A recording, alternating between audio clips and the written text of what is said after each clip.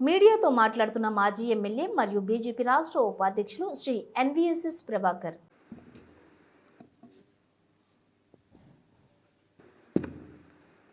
Okay, అందరికీ ప్రణామాలు.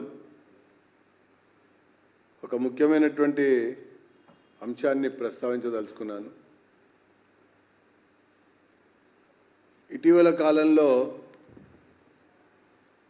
రాష్ట్ర కాంగ్రెస్ పార్టీకి ఇన్ఛార్జిగా మీనాక్షి నటరాజన్ గారు విచ్చేశారు. అంతకుముందు దీపాదాస్ మున్షి గారు ఉన్నారు. వారికంటే ముందు ఠాక్రే గారు కొద్ది రోజులు, ఠాగూర్ గారు మరికొన్ని రోజులు. ఇలా ఇన్ఛార్జీల మీద ఇన్ఛార్జీలు మార్చుకుంటూ ఎటికేలకి ఫైనల్గా మీనాక్షి నటరాజన్ గారు రంగంలోకి వచ్చారు.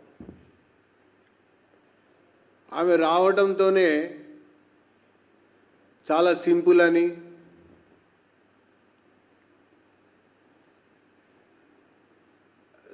మన ఫ్లెక్సీలు పెట్టద్దంది అని, సూట్ కేసులు మోయొద్దంది అని, ఇట్లా రకరకాలుగా వార్తలు, కథనాలు వచ్చాయి.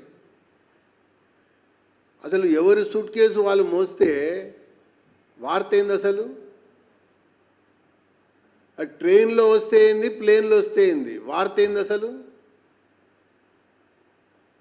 కానీ వచ్చిన తర్వాత ఆమె మాట్లాడినటువంటి మాటలు, మీనాక్షి మాట్లాడినటువంటి మాటలు నేను గమనించింది, నాకు అర్థమైంది.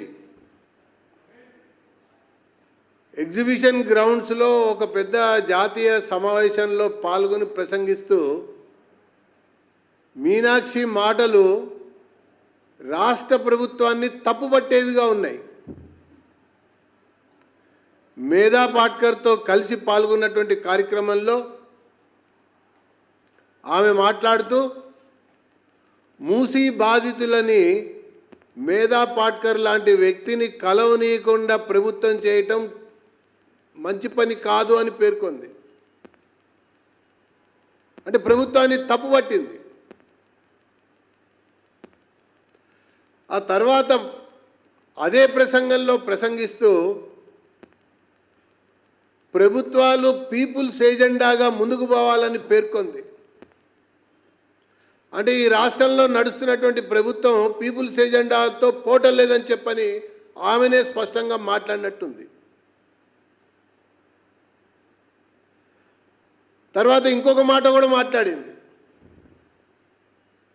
పదవులు ప్రజలతో కలిసి ఉన్న వాళ్ళకు వస్తాయి కానీ అధిష్టానం అండదండలతో రావు అని పేర్కొంది. అంటే ఇప్పటి వరకు అధిష్టానం అండతోనే పదవులు వస్తున్నాయి అన్నట్టుగా అర్థం వచ్చింది కూడా.